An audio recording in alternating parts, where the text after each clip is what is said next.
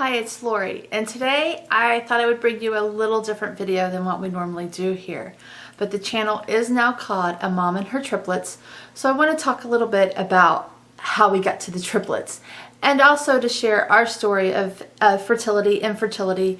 It's very, very rough for women, or families, exactly, for families who experience infertility and the road they have to take with fertility treatments. It's very emotional, very rough, very rocky. Ours has a wonderful ending, but it was a rough road getting through that. And I wanted to share that we did have a positive outcome. Hearing positive outcomes are a wonderful therapy for people who are going through this, to let them know that at the end of the road, something great will happen. You just have to hold on and keep going. So we're going to share with you how we got to triplets.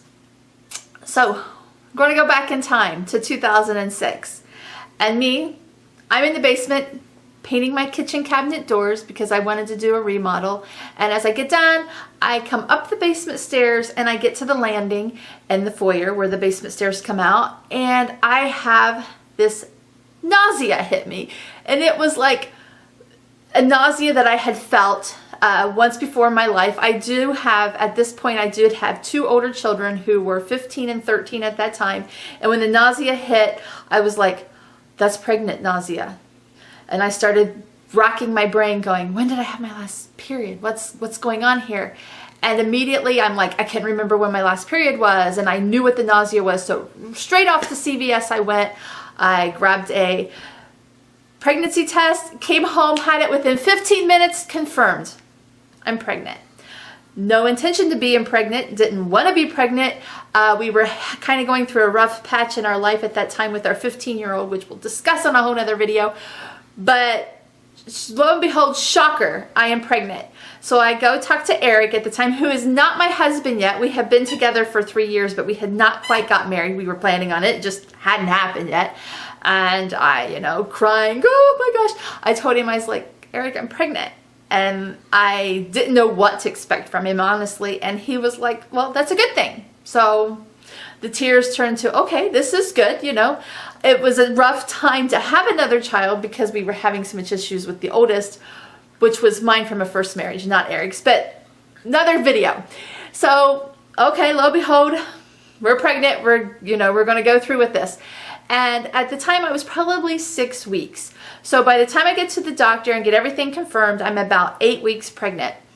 We're moving along. I am 33 years old at this time. And the doctor wants us to go through these tests and stuff, some blood tests, and I can't remember exactly what test it was, but when I had my blood test, it came back that something was slightly elevated. And by the time all these test results came in, I was about 15 weeks pregnant. So I had got through the first trimester and we were into the second trimester. And the time that my obstetrician suggested I have an amniocentesis. So that was set up at the local hospital for when I was 17 weeks pregnant. So a few weeks go by and I go to the hospital, check in, and the ultrasound tech comes in because she checks everything out before the doctor comes in and does the amniocentesis, and she does an ultrasound. I see the baby in the ultrasound, but I don't really think much, and she's not speaking. So I'm not for sure what's going on, but she looks at me and she says, I will be right back.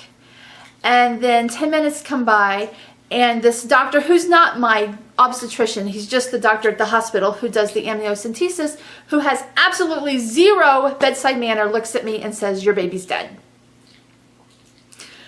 Shock. I'm just in shell shock. And beyond that, I don't really remember a lot. I remember calling Eric and saying, the baby didn't make it. They're admitting me into the hospital.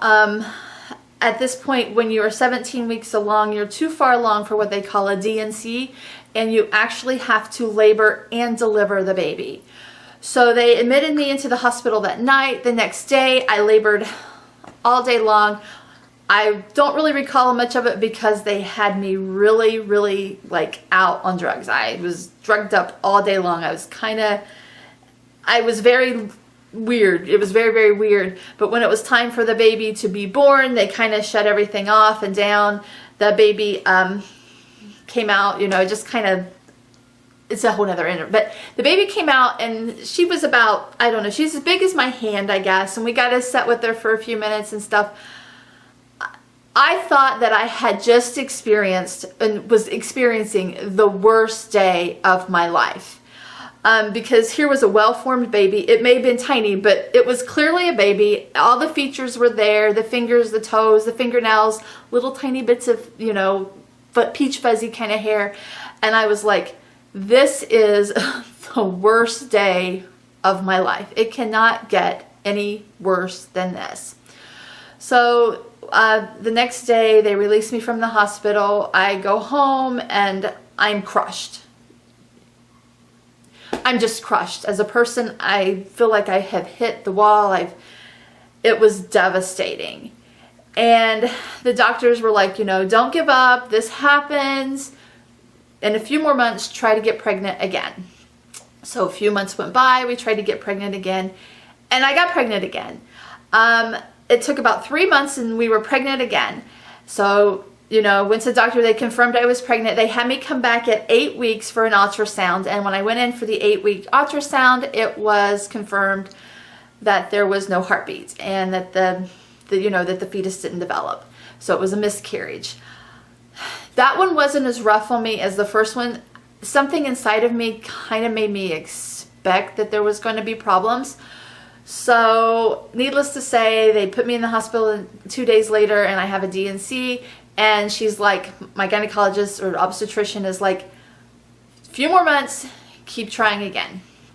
She's like, this is, you know, she's like, this is hard, but it's not rare. She's kind of just wanted me to understand that it happens. You know, be sure that I don't give up and I don't get into this depressed mode. You know, these things happen, but I was getting pregnant and she says, there's no reason why you can't get pregnant again. So, you know, 3 months later we try and we try again and we try again and we try again. And there's no positive pregnancy tests coming up. And I'm probably taking 3 to 4 pregnancy tests every month at the time that should be expecting my period. And it's negative and it's negative and it's negative. And then I hit the 1 year mark after the last miscarriage and I'm due for my next OB/GYN appointment. So I go in for my yearly exam. And the doctor's like, well, you haven't got pregnant yet. And I'm like, no. She says, well, it's probably time that you visit a fertility doctor. At this point, I just turned 35 years old. So she was like, you know, you're kind of getting up in age a little bit for childbearing years. So you should probably see a fertility doctor. I'm like, okay. So we go and the next month we are in the fertility doctor's office. And basically, the first thing they do, well, they did for us, I think everybody's a little bit different, but the first thing we did was everything was to be tested. They, you know, they did an exam on me, they took my blood, they did all kinds of tests on me. They even did the thing where they put the dye through my uterus and up through my fallopian tubes to make sure there was no blockages. My husband had his sperm tested. And there was nothing conclusive on what could be the problem. There was like a little minor thing here and a little minor thing there, but it was no reason to not get pregnant. So she was like, my doctor, the fertility doctor, which was the Michigan Women's Fertility Health, I think is what it was called. It's been so many years. And it was back in Warren, Michigan. But she was like, there's no reason that you can't get pregnant. It's just your eggs are aging. So she was like, we're going to start you on a round of things that will help you produce more eggs every month. So with this particular fertility clinic, the cycles that they did was you first started out with 3 months of doing Clomid, and in the middle of the month you would get an injection.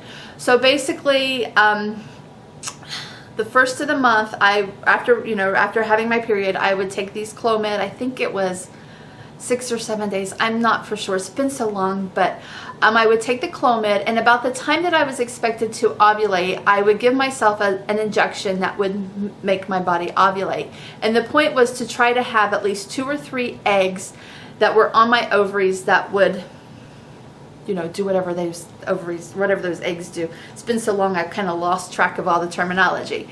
So I went through the first cycle of that, no success. Second cycle, no success. Third cycle, once again, no success.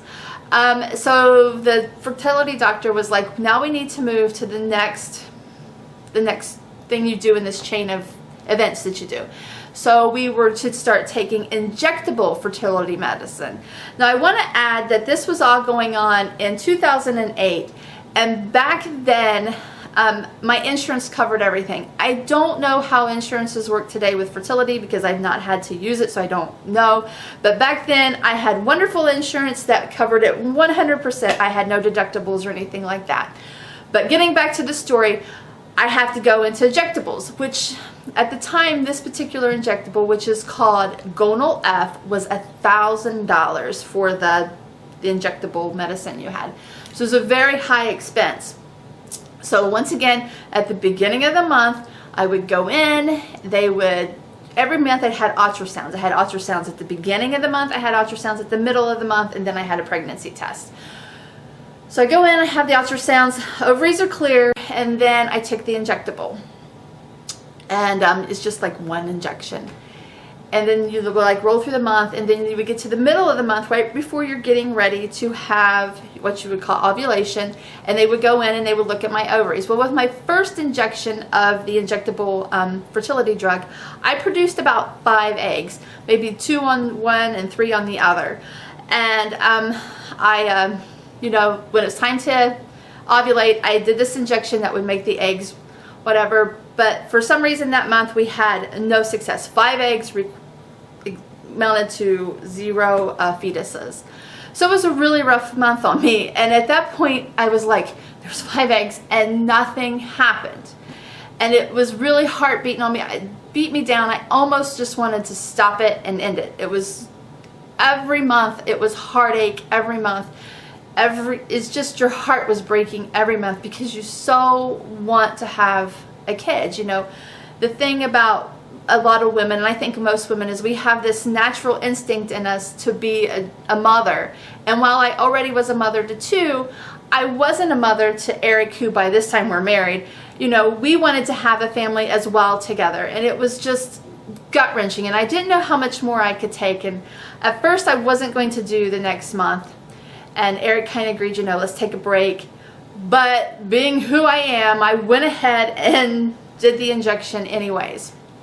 So I did the injection, went in, and the first ultrasound, everything looked fine. And then when I go into the middle of the month to see how many eggs my ovaries had developed around the outside, there were 7. That's 7 eggs. Normally you have 1. I had 7. So you know, there was kind of a little bit of a positive, optimistic thing going on, that there were 7 eggs, and she was like, 5 of them look really good. 5 eggs looked really, really good.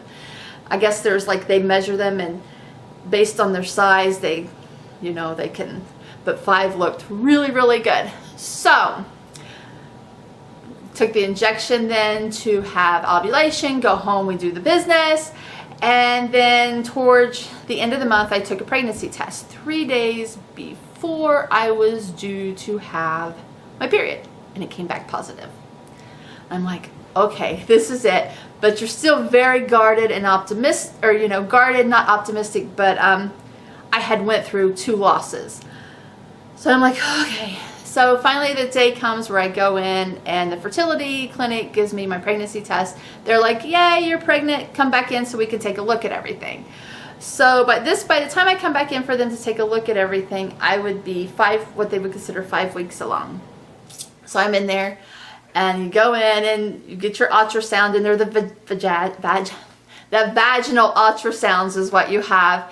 And I'm laying in there, and they're giving me my vaginal ultrasound, and I'm a nervous wreck because they're not really talking. And the first thing I'm like is, you see babies, you see babies. And you see a baby.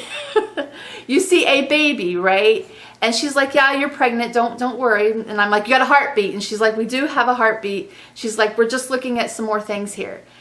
And as time goes on, and it keeps going on, and it feels like forever. It was probably 5 minutes, and she's still kind of doing things. I'm like, how many are you seeing? Is there 1? Is there 2? Because at that point I'm like, there's something going on. Because I can see she's in like a good mood, but she's not talking to me. And she's like, just, you know, hold on. And then finally the doctor comes in and they say, you're pregnant with three. You know, I was wanting one, and well, I'm pregnant with three. So they're like, get cleaned up and everything. The doctor says, I want to talk to you. You know, we want to discuss this a little bit. So I get all dressed and I go into the doctor's office, and she goes on to tell me about, she says, right now we don't want to do anything. We just kind of want this pregnancy to progress. And then she gives me the option of, when we hit to this certain point, if all three of these are still here, you can reduce if you want. And I'm looking at her going, I'm not doing any reduction. If there's three and they all three stay, will be three babies. And she's like, okay, but I want you to know you always have this option.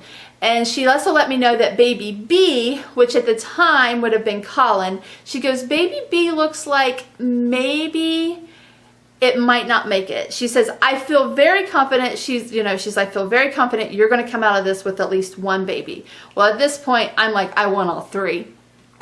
So needless to say, here I am, 5 weeks pregnant with 3 babies. And everything's moving along, and I get to 8 weeks. And in the middle of the evening, I am sitting on the couch watching TV with my husband, and I feel like a goosh. I feel like a gush, you know, in that area. And I get up and I run to the bathroom, and this blood is coming out, and a big pile of blood. And I'm freaking out. You know, I had just the prior year had lost babies, and then here I am pregnant with triplets, and blood is gushing out. So I'm like telling my husband, rush me to the emergency room. And I actually collected the blood, because I'm crazy this way, because I was like, if one of the babies are in there, I want them to confirm it. So, you know, if I've lost all the kids, they can see. Because you're crazy, you're manic, you're a panicked person at this point. So we go to the hospital. Needless to say, everything looked fine. All 3 babies were there. The hospital felt that there may have been a 4th one that I lost. Can we confirm that one way or another? No, but the people at the hospital felt that maybe that one of them, I don't know. The doctor was like, don't worry about it, it's no big deal. Sometimes it happens, you have bleeding. So finally, we get through that. Everything keeps going fine. We get to 12 weeks. I'm through the first trimester, which is the first big huge hurdle, and we get through it with flying colors. Nothing outside of that one episode. And so then at that point, the fertility doctor turns me over to an OB/GYN specialist. I can no longer go back to my general OB/GYN because she doesn't specialize, nor does she work in a hospital that can handle a triplet birth. So I am sent to a specialist, Dr. Jones, at the DMC, which is actually called Hutzel Women's Hospital in Detroit, but it's all part of the big DMC, which is Detroit Medical Center. And I am sent to him, and basically he monitors my pregnancy the rest of the way through. Having a triplet pregnancy is a lot of doctor's appointments that are going on. So when I go to him, I am now entering into my 2nd trimester, and he starts seeing me about every 2 weeks until I hit 20 weeks. At that point, he's like, I need to start seeing you every week. So now I have to go when I hit 20 weeks, and at 20 weeks, I'm starting to look like I'm probably 8 months pregnant. So I hit 20 weeks, and I have to go every week. And then when I hit the magic number of what they call 24 weeks, which is what they call the possibility of viability, meaning that if they're born at that point, they could maybe survive. I have to start going to the hospital once a week for an ultrasound, and then I have to go to the doctor once a week for him to do a checkup and an ultrasound. So I have an ultrasound on Monday. That's a very intensive ultrasound. It would take an hour to do these because they have to measure the babies every week. They have to measure everything and see how well they're developing. And then I go to the doctor, and he does a quick look to make sure everything's okay. The following week, 21 weeks, 22 weeks, 23 weeks, 24 weeks we start, 25, 26, 27, 28, and I'm helping along. And the doctor tells me if you can get to 32 weeks, we'll start looking at scheduling a delivery date. 32 weeks would put us right before Christmas. So every week I'm going to the doctor in Detroit and to the hospital in Detroit. which is about a 30-minute drive for me from where I live in the Detroit suburbs. By the time I get to 28 weeks, I look like I am full term for a normal pregnancy. By the time I get to 32 weeks, I am barely walking. I didn't put on a ton of weight while I was pregnant. The doctors always asked me to put on more than I did, but I also had a lot of fat to give at the time. So I think the kids were like burning on that, but I had only put on 40 pounds with the triplet pregnancy, and they were looking more for 70 to 80 pounds. But anyways, I was at 32 weeks. I was having a really hard time walking because there was so much pressure on my pelvis. And, you know, going to the doctor twice a week was hard. I could no longer sleep in bed laying down. I had to sleep sitting up because the indigestion was so horrible. I could barely eat when they were begging me to eat, you know, all these calories every day. And I can't eat because it won't, I mean, they're all over, you know, like they're, you know, generally they're down here. Well, I had one up here and one over. They were just all over. So it was really, really rough. But I did get through week 32. I got through week 33. I got through week 34. And finally he says, you know what? Are you ready to have the babies? They look good. And I'm like, please, let's have these babies. I can barely walk into this office anymore. I literally, when I parked my car, I walked to the door and they have to put me in a wheelchair to get me the rest of the way because I can no longer walk. So he schedules my C-section for a few days later. So right around 35 weeks, I have a cesarean and I deliver 3 very healthy, tiny babies. Not too tiny though. Audrey came out first and she weighed 3 pounds and 15 ounces and she was 17 inches long. Second came out Maddie, who weighed 4 pounds and 14 ounces. She was nearly 5 pounds old and she was 17 inches long. And then came Colin, and Colin was only 15 inches long, but he weighed 3 pounds and 15 ounces, the same weight that Audrey weighed. Now, of course, Audrey was longer by a couple inches, so she kind of looked like the little skinny, tiniest one. And then Colin, but then Maddie just looked like a giant. You know, a pound on something that's not even, you know, not even 20 inches long looks like a lot. But they were definitely small. But they spent 6 days in what they call the NICU. At first, they all had ventilators. By the next day, Audrey, if you watch my videos, you'll learn that Audrey is very feisty. Audrey had pulled out her ventilator. She was not having it. So they were breathing on their own within a couple days. They just had CPAPs in them to kind of push the air. They just wanted to watch them. I think they were just being overprotective. And then after 6 days in NICU, we went to the step down, and step down they did awesome. We spent 6 days there, and then we came home. All 3 babies came home together, which was a big relief because it would have been really hard to bring home 1 or 2 and then have to leave 1 or 2 in the hospital, because I was in that hospital from the moment I could get in there at 7 a.m. until 8 or 9 o'clock at night. They were always like, Lori, go home and rest. You're going to be having 3 babies. And I'm like, no, I'm going to be here with my children. So that is where we got there. We, you know, and since then it's been just going great. We've had no health issues, even though they were considered premature. No health issues, nothing that like shows that they were premature. They are small kids, but me and my husband, while we're not small now, when we were like kids, we were considered very tiny. So it's probably just genetics for them to be small kids right now.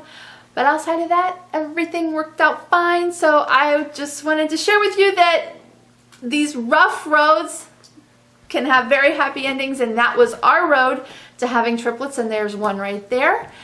So if you've never watched my channel before and you stayed through this whole story, I want to thank you, give you a little bit about what's going on here. This channel is about me as a mother, a wife, a housewife, and raising my triplets and the things we do together. We do homeschool, and we do traveling, and we do shopping, and we do cooking. So if you're not subscribed, hit the subscribe button to learn more about what it's like to live with triplets. Till next time, we'll see everybody later. Bye, guys. Bye.